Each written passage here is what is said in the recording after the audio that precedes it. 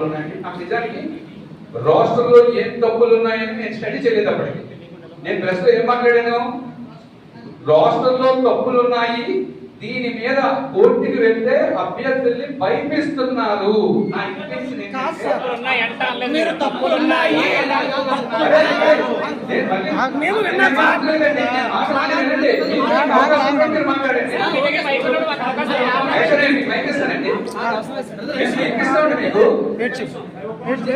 రాష్ట్రంలో తప్పులున్నాయని చెప్పి హైకోర్టు కోర్టుకి వెళ్తే అభ్యర్థుల్ని భయపిస్తున్నారు ఏపీఎస్సీ సభ్యులు. ఇది ఎంతవరకు న్యాయమో అని నేను ఆ రోజు ప్రశ్న వేశాను.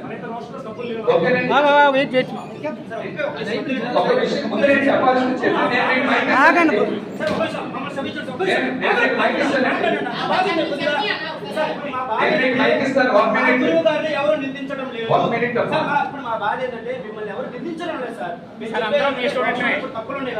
దాన్ని సవరించి ఎగ్జామ్ పెడితే వచ్చే బాధ ఏంది?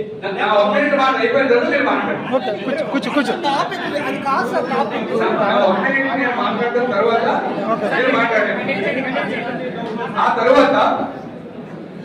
ఆ తర్వాత రాష్ట్ర తప్పులపై ఏ అభ్యర్థి కూడా నన్ను కలవలేదు. అది జరిగిన తర్వాత రాష్ట్రపై తప్పులు ఉన్నాయా లేదా అనే అంశాలను చర్చించడానికి నా దృష్టికి ఆ అభ్యర్థులు కానీ మరొకరు కానీ నా దృష్టికి తీసుకురాలేదు. ఈ మధ్య కాలంలో అంటే గ్రూప్ 2 మెయిన్స్ ఎగ్జామ్స్ దగ్గర పడే టైంలో సోషల్ మీడియాలో ట్రోల్ అవుతుంది. నాకు చాలా మంది ఒకరిద్దరు ఫోన్ చేసి సార్ ఏంటంటే సోషల్ మీడియాలో ట్రోల్ అవుతుంది అని ఈ మధ్య అంటే మహానికి ఒక 1 వీక్ లేదా 10 days నుంచి నాకు టచ్లోకి వచ్చారు. ఆ రోజు అది జరిగింది. ఆ తర్వాత ఈ మధ్యలో చాలా టైం 8 నెలలు 9 నెలలు టైం అయిందండి. ఈ 8 నెలలు 9 నెలలు ఏ విద్యార్థులు కూడా నా దగ్గరికి గ్రూప్ 2లో రాష్ట్రంలో తప్పులు ఉన్నాయి సార్ కరెక్షన్ చేయండి అని చెప్పి నా దగ్గరికి విద్యార్థులు రాలేదండి. ఎందుకంటే వచ్చి ప్రజాప్రతినిధులు కాబట్టి నా దగ్గరికి సార్ ఇలా తప్పులు జరిగాయి మీరు కరెక్ట్ చేయండి అంటే నేను ఫాలో అయ్యి ఉండేవాడిని గవర్నమెంట్ కి. అలా జరగకుండా 1 వీక్ బ్యాక్ ఒకరితో నాకు కాల్ చేశారు. ఎక్కడి నుంచి చేశారంటే అశోక్ నగర్ నుంచి నేను చేస్తున్నాం అంటే ఏంటమ్మా ఇష్యూ అంటే నోటిఫికేషన్ లో రాష్ట్రంలో తప్పులు ఉన్నాయి, దీన్ని పరీక్షను ఆపించండి అన్నారు. నేనేం చెప్పానంటే ఇష్యూ ఎక్కడ ఉంది అని అడిగాను. కోర్టులో ఉంది అన్నారు. ఒక ఇష్యూ కోర్టులో ఉన్నప్పుడు మనం జోక్యం చేసుకుంటే దాన్ని సబ్జుడీస్ అంటాం.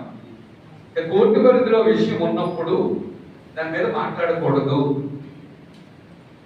మళ్ళీ 3 రోజుల కింద ఫోన్ చేశారు, వాదోపవాదాలు విన్నారంటే నిన్న ఎప్పుడో ఫోన్ చేశారు, జడ్జిమెంట్ రిజర్వ్ చేశారండి.